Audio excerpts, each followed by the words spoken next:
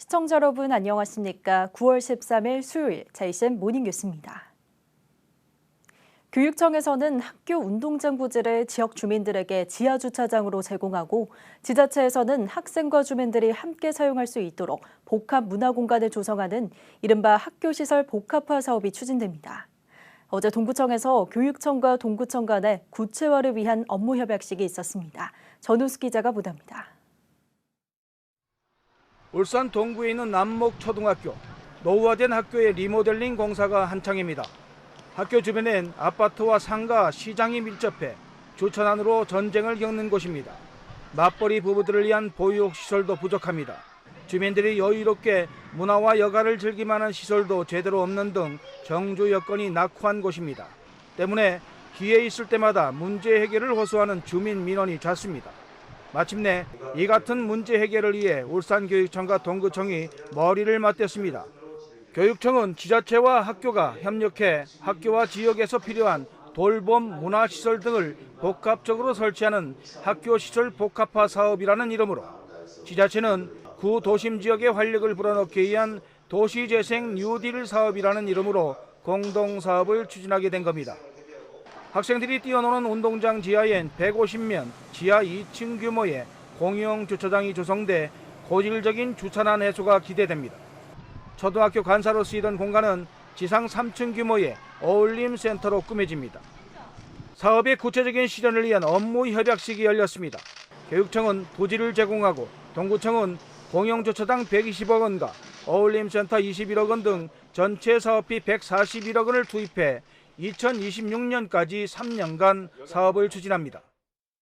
지역 주민과 학생들이 함께 사용할 수 있는 복합 문화 공간을 만든다는 데 의미가 있고요. 앞으로도 이런 사례가 좀 더 많이 확대돼 가지고 학교가 지역 속에서, 마을 속에서 주민들과 소통하는 공간이 되기를. 그동안 학교는 학생들의 공간으로만 활용이 되었으나 그것을 넘어서서 지역의 주민들이 함께 할 수 있는 공간으로 열어주셨고, 저희들 또한 주차장 등을 만들어서 주민에게 편리하게 할 뿐만 아니라 그 비용으로 해서 학습권을 강화하고. 이 같은 학교시설 복합화 사업은 지난 2020년 울산교육청이 남구청과 함께 울산여고 운동장 지하에 공영 주차장을 신설했던 사업에 이은 두 번째 사례로 꼽힙니다.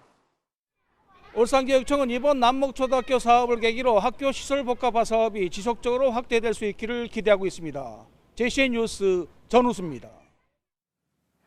유럽을 방문 중인 김두겸 울산시장 등 해외 시차 일단에 지난 11일 포르투갈의 윈드플로트 아틀란틱 해상풍력단지를 방문하고 오션윈즈사와 투자 의향서를 체결했습니다. 오션윈즈사는 전 세계적으로 4기가와트 규모의 프로젝트 개발을 진행 중인 세계적 해상풍력 에너지 전문 회사입니다. 이번 협약은 분산에너지 활성화를 촉진하기 위한 특별법 시행에 따라 주요 분산에너지원인 부유식 해상풍력 발전단지 조성 사업에 대해 협력 관계를 구축하기 위해 마련됐습니다. 김두겸 시장은 이번 포르투갈 해상풍력단지 방문을 통해 부유식 해상풍력 사업의 세계적인 우수 사례를 직접 확인했다면서 풍력을 비롯한 수소, 태양광 등 신재생에너지 산업 활성화에 울산시가 선도적인 역할을 수행해 나가겠다고 밝혔습니다. 문재인 정부 시절 청와대의 울산시장 선거 개입 의혹 사건 1심 선고가 오는 11월 29일 내려집니다. 수사가 시작된 지 4년 6개월, 재판에 넘겨진 지 3년 7개월 만으로 검찰은 송철호 전 울산시장에게 징역 6년에, 송병기 전 울산경제부시장에게 징역 3년 6개월의 형을 요청한 데 이어 정몽주 전 울산시장 정무특별보좌관에게 징역 1년에, 울산시 전현직 공무원 5명에게도 징역 6개월에서 10개월을 내려달라고 요청했습니다. 울산시장 선거 개입 의혹은 지난 2018년 6.13 지방선거에서 송 전 시장의 당선을 위해 청와대가 조직적으로 개입했다는 의혹으로 검찰은 유례를 찾기 어려운 최악의 반민주 선거라고 규정했지만 송 전 시장 등 피고인들의 대부분은 혐의를 부인하고 있습니다.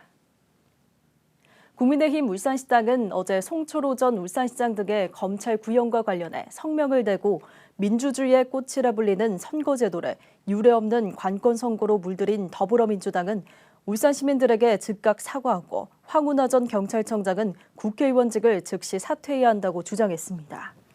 이어 철저한 배후 조사를 바탕으로 이 사건에 연루된 모든 이들에게 울산 시민들을 기만하고 우롱한 것에 대해 엄중한 법의 심판을 내려야 할 것이라고 주장했습니다. 더불어민주당 울산시당은 이에 앞선 지난 11일 논평을 내고 정치검찰의 무리한 기소에 터무니없는 구형이라며 검찰 구형을 비판했습니다. 앞으로 학교에서 어린이 통학버스를 이용하지 않고 일반 전세버스를 이용하다가 발생한 법적 문제에 대해 울산교육청이 민형사상 책임을 지기로 했습니다. 울산교육청은 학교 현장에서 어린이 통학버스 운영과 관련해 혼선이 빚어지면서 안정적인 교육과정 운영과 학생들의 학습권을 보장하고자 이번 대응 방안을 마련하게 됐다고 밝히고 이 같은 내용을 담은 공문을 일선학교에 발송했습니다. 이에 따라 전세버스를 이용한 현장 체험학습 중에 발생한 사고와 관련해 교사 개인을 상대로 소송을 제기할 경우에도 교육청이 피고를 개인에서 교육청으로 변경 신청하거나 소송의 피고를 보조하는 지위로 참가해 대응할 방침입니다. 울산세관은 추석을 맞아 오는 18일부터 다음 달 3일까지를 추석 명절 특별 지원 기간으로 운영합니다. 세관은 농수, 축산물 등 성수품과 긴급한 원부자재의 신속 통관 등을 지원하고 수출입 통관에 차질이 없도록 24시간 특별 통관 지원팀도 가동합니다. 이와 함께 수출업체 자금 운영에 어려움이 없도록 오는 14일부터 27일까지를 관세 환급 특별 지원 기간으로 지정해 환급금 지급도 신속히 처리할 방침입니다. 울산시의회 권태보 의원은 전국 최초로 민속놀이 활성화 지원 내용을 담은 울산시 민속놀이 보존과 활성화 조례안을 대표 발의했습니다. 이 조례안은 시장의 민속놀이 보존 진흥 시책을 수립하고 민속놀이 연구와 교육 등의 지원을 골자로 하고 있습니다. 권태호 의원은 예로부터 민간에 전래돼 보존하고 계승 발전시킬 가치가 있는 민속놀이를 육성하고 활성화하기 위해 조례안을 마련하게 됐다고 설명했습니다. 이 조례안은 지난 6일 행정자치위원회에서 원안 가결됐으며 오는 15일 제2차 본회의에서 최종 의결될 예정입니다. 울산시의회 김기환 의장과 울산시의회 원전특별위원회 특위위원들은 어제 세울원전을 방문해 세울 3, 4호기 건설 추진 상황 등 주요 현안을 점검했습니다. 이번 방문에서는 울산연구원 이경우 박사의 분산에너지 활성화 특별법 관련 특강과 세울 3, 4호기 건설 추진 상황 청취와 현장 견학 등의 순으로 진행됐습니다. 공진혁 위원장은 이번 현장 활동은 최근 분산에너지 활성화 특별법 시행에 맞춰 분산에너지 특화지역 유치 전략 마련에 박차를 가하고 있는 울산시에 대한 지원 방안 등을 강구하기 위한 것이라고 설명했습니다. 울산시 특별사법경찰 대부업 전담팀이 출범 3년 만에 불법 대부업자 44명을 검거했습니다. 이는 대부업 전담팀이 있는 전국의 특사경 가운데 가장 높은 검거 실적으로 지난 2020년 8월부터 올해 현재까지 3년간 고금리로 부당하게 이자를 징수한 사채업자 등 모두 44명의 불법 대부업자를 붙잡은 것으로 나타났습니다. 이들이 부당 이득을 취한 이자만 2억 원에 달하며 이들 중에는 연 2,000%가 넘는 이자를 받은 경우도 있었고 피해자는 48명이었습니다. 남구청이 삼산배수장 내 건립 예정이었던 반다비 빙상장을 지난 6월 옥동 옛 법원 부지에 건립하기로 사업 계획을 변경하면서 일부 주민들이 반발하고 있는데요. 급기야 시민단체와 지역 주민들이 삼산 빙상장 원안 추진 주민 대책위까지 꾸려 본격적인 이전 반대 움직임을 보이고 있습니다. 박영훈 기자가 보도합니다. 지난 2019년 문체부의 생활 SOC 복합화 사업 공모에 선정돼 시작된 남구 복합문화 반다비 빙상장 건립 사업. 2019년 기본계획 수립 당시 삼산 배수장으로 부지를 선정해 수년간 용역과 행정 절차를 거쳐 지난해 12월 실시 설계 용역에 들어갔습니다. 하지만 실시 설계 용역이 진행 중이던 6월, 남구청은 삼산 배수장 확장이 필요하다는 기후변화 용역 결과에 따라 계획을 변경했습니다. 이에 따라 지난달 24일 열린 실시 설계 용역 중간보고회에서 착수보고회 당시 삼산 배수장 내 유수지였던 사업 대상지가 옥동 옛 법원 부지로 변경됐고 규모도 지상 3층, 연면적 약 6,000제곱미터에서 지하 2층에서 지상 2층, 연면적 6,720제곱미터로 확대됐습니다. 토지비를 제외한 총 소요 예산은 당초 195억 원에서 263억 원으로 70억 원가량 늘어났습니다. 착공 시점은 중간 보고회 당시 올해 12월이었지만 결국 내년 4월로 밀렸습니다. 이에 반다비빙 상장의 옥동 이전 건립을 반대하는 주민들이 결국 원안 추진 주민 대책위까지 구성해 본격적인 이전 반대에 나섰습니다. 주민들은 언론 보도를 통해 부지 변경 사실을 처음 알았다며 주민과의 소통 부재를 지적했습니다. 행정 내부에서 검토한 기간이 적어도 7개월에 달한다. 남구청은 이 7개월 동안 옥동 이전에 관한 남구 주민들이나 남구의회에 어떠한 정보도 공개하지 않았다.